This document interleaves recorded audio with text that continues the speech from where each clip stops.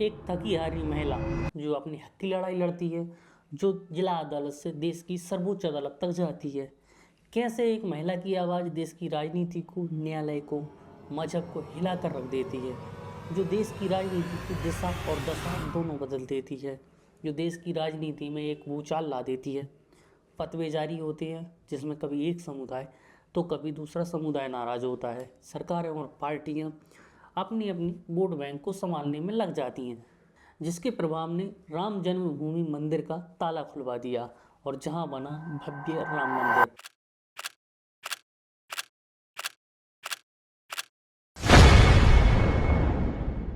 तो नमस्कार दोस्तों, बात करते हैं साहिब बानो की दास्तान की। साल 1932 में साहिब बानो जो इंदौर की रहने वाली थी, उनका निकाह मोहम्मद अली खान से हुआ, जो पेशे से कोर्ट में वकील थे। उनकी शादी 14 साल तक चलती है, जिसमें उन्हें 5 संतानें होती हैं, 3 बेटे और 2 बेटियां। फिर साल 1946 आता है और वकील अहमद खान दूसरी शादी कर लेते हैं। फिर समय निकलता है, स्थितियां खराब होती चली जाती हैं और इसके बाद साल 1975 में साहिब बानो की उम्र 59 वर्ष हो जाती है और एक दिन अहमद खान साहिब बानो को और उनके बच्चों को अपने घर से निकाल देते हैं। घर से निकाल देने के बाद अहमद खान ने कहा कि वह 200 रुपये प्रति महीना देंगे और दिया ही। और फिर अप्रैल 1978 में उन्होंने ये रुपये देना बंद कर दिए और नवंबर 1978 में साहिब बानो को अहमद खान द्वारा 3 तलाक दे दिया जाता है और कहा कि जो मेहर के 5400 रुपये थे अब वो अदा हो गए हैं, अब कोई रुपए नहीं दिए जाएंगे। अब 62 साल की साहिब बानो इंदौर कोर्ट में अपनी हक के लिए सीआरपीसी की सेक्शन 125 के तहत एक पिटीशन डालती हैं। सेक्शन 125 के अंतर्गत किसी भी धर्म या मजहब की तलाकशुदा महिला अपना गुजारा भत्ता मांग सकती है। इसी के अंतर्गत वृद्ध माता पिता अपने कैपेबल बच्चों से भी गुजारा भत्ता मांग सकते हैं। पिटीशन में साहिब बानो कहती हैं कि 200 रुपये अहमद खान द्वारा दिए जाते थे, वो गुजारे लायक नहीं हैं। उन्हें 500 रुपये गुजारा भत्ता मिलना चाहिए, क्योंकि उनके ऊपर 5 बच्चों और खुद की जिम्मेदारी है। जो 200 रुपये दिए जाते थे वह अब बंद कर दिए हैं। अब फिर इस केस की सुनवाई होती है और अगस्त 1979 में कोर्ट एक फैसला देता है। फैसले में कहा कि अहमद खान को भत्ता देना चाहिए, पर भत्ते की राशि मात्र 25 रुपये करी। 25 रुपये की रकम 5 बच्चों और खुद के लिए बेहद कम थी। मानो ये जजमेंट साहिब बानो के लिए एक न्याय नहीं था, परंतु साहिब बानो हार मानने वाली नहीं थी और वह मध्य प्रदेश के हाई कोर्ट में जाती हैं और एक रिवीजन पिटीशन डालती हैं। और 1 जुलाई 1980 को हाई कोर्ट ने अपने जजमेंट में गुजारे भत्ते की राशि को बढ़ाकर 179.20 रुपये कर दिया। इस गुजारे भत्ते पर अहमद खान राजी नहीं होते हैं और वो अहमद खान सुप्रीम कोर्ट में इस जजमेंट की अपील कर देते हैं और अपनी दलील में कहते हैं कि यह सीआरपीसी 125 मुस्लिम पर्सनल लॉ वर्ड का वायलेंस है। तलाक के बाद मेरा कोई फ़र्ज़ नहीं बनता है इनको गुजारा भत्ता देने का, क्योंकि शरीयत में मेहर की राशि देनी होती है जो मैं दे चुका हूँ और यह गुजारा भत्ता इद्दत की मुद्दत तक दिया जाता है। इद्दत पीरियड किसी विधवा महिला या तलाकशुदा महिला का वह समय होता है जिसमें वह दूसरी शादी नहीं करती है। लगभग यह 3 महीने का होता है। इसके बाद महिला अपने रिश्तेदार या वक्फ बोर्ड पर निर्भर करेगी। सीआरपीसी का सेक्शन 125 का हवाला देते हुए अहमद खान कहते हैं कि सीआरपीसी 127 में मेंशन है कि कोई भी पर्सन अपने पर्सनल लॉ के हिसाब से गुजारा भत्ता दे देता है तो उसे अलग से भत्ता देने की ज़रूरत नहीं है।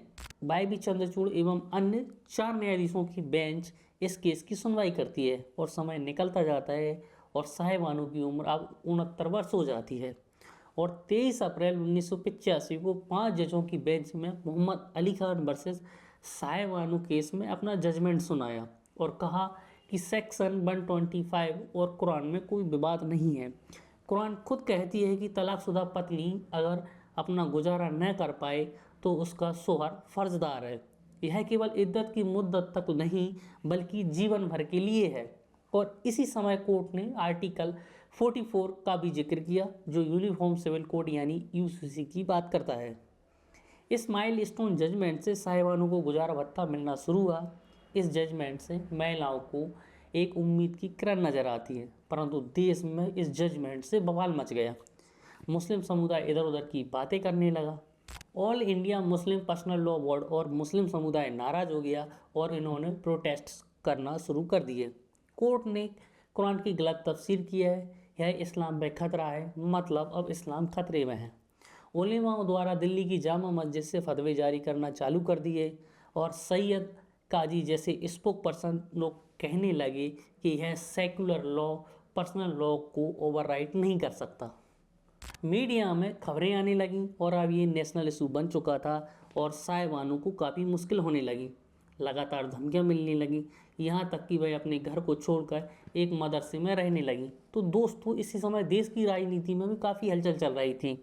इस फैसले से एक साल पहले देश में आम चुनाव हुए थे, जिसमें इंडियन नेशनल कांग्रेस ने एक बड़ी जीत हासिल करी थी और राजीव गांधी देश के प्रधानमंत्री बने थे। कांग्रेस के बड़े मिनिस्टर आरिफ मोहम्मद खान इस जजमेंट के फेवर में थे, परंतु कुछ और बड़े मिनिस्टर इसके पक्ष में नहीं थे और समझाने का प्रयास करने लगे कि इससे मुस्लिम समुदाय नाराज हो जाएगा। और फरवरी 1986 में पार्लियामेंट में Muslim women protection of rights on divorce act 1986 पास किया गया। ये एक्ट सुप्रीम कोर्ट का जो जजमेंट आया उसे इसने ख़त्म कर दिया। इस जजमेंट में कहा गया कि जो गुजारा भत्ता है वह इद्दत की मुद्दत तक ही दिया जाए। इसके बाद कैबिनेट मिनिस्टर आरिफ मोहम्मद खान इस्तीफा दे देती हैं और कहती हैं कि यह अपीजमेंट पॉलिटिक्स है, और कई संगठन आते हैं वह भी कहती हैं कि यह अपीजमेंट पॉलिटिक्स है। इसी समय देश में एक बड़ा मुद्दा और चल रहा था, राम मंदिर बाबरी मस्जिद अयोध्या केस। ऐसी बातें चल रही थी कि राम मंदिर के गेट खोले जाएं। इसके बाद राजीव गांधी सरकार एक बड़ा फैसला लेती है। 1 फरवरी 1986 को फैजाबाद के डिस्ट्रिक्ट कोर्ट के जज KM पांडे के ऑर्डर पर बाबरी मस्जिद के ताले खोलने का फैसला लिया जाता है लोकल पिटीशन पर, और DD न्यूज़ पर इसको ब्रॉडकास्ट भी किया जाता है। परंतु इस घटनाक्रम पर साहिबानो केस का एक बड़ा प्रभाव पड़ा था। फिर एक केस और आता है, डेनियल लतीफ़ी वर्सेस यूनियन इंडिया का केस, जिसमें साहिबानो के वकील Muslim women protection of right on divorce act 1986 को चैलेंज करते हैं और इसकी संवैधानिकता को भी चैलेंज करते हैं। कहते हैं यह जो लॉ आया है यह साहिबानो जजमेंट के हिसाब से नहीं, बल्कि डॉक्ट्रिन ऑफ प्रेसिडेंट का कहीं ना कहीं वायलेंस हो रहा है। यह सब बातें जब सुप्रीम कोर्ट के सामने आती हैं तो सुप्रीम कोर्ट एक हारमोनियस कंस्ट्रक्शन वाला अप्रोच लेता है और इसमें सुप्रीम कोर्ट कहता है कि कानून आया है वह महिलाओं को गुजारा भत्ता इद्दत की मुद्दत तक मिलेगा, लेकिन इसमें कहीं नहीं लिखा है कि केवल गुजारा भत्ता इद्दत पीरियड तक ही मिलेगा, और एक्ट के मुताबिक इद्दत तक गुजारा भत्ता दो और CRPC 125 के तहत लाइफ टाइम तक दो।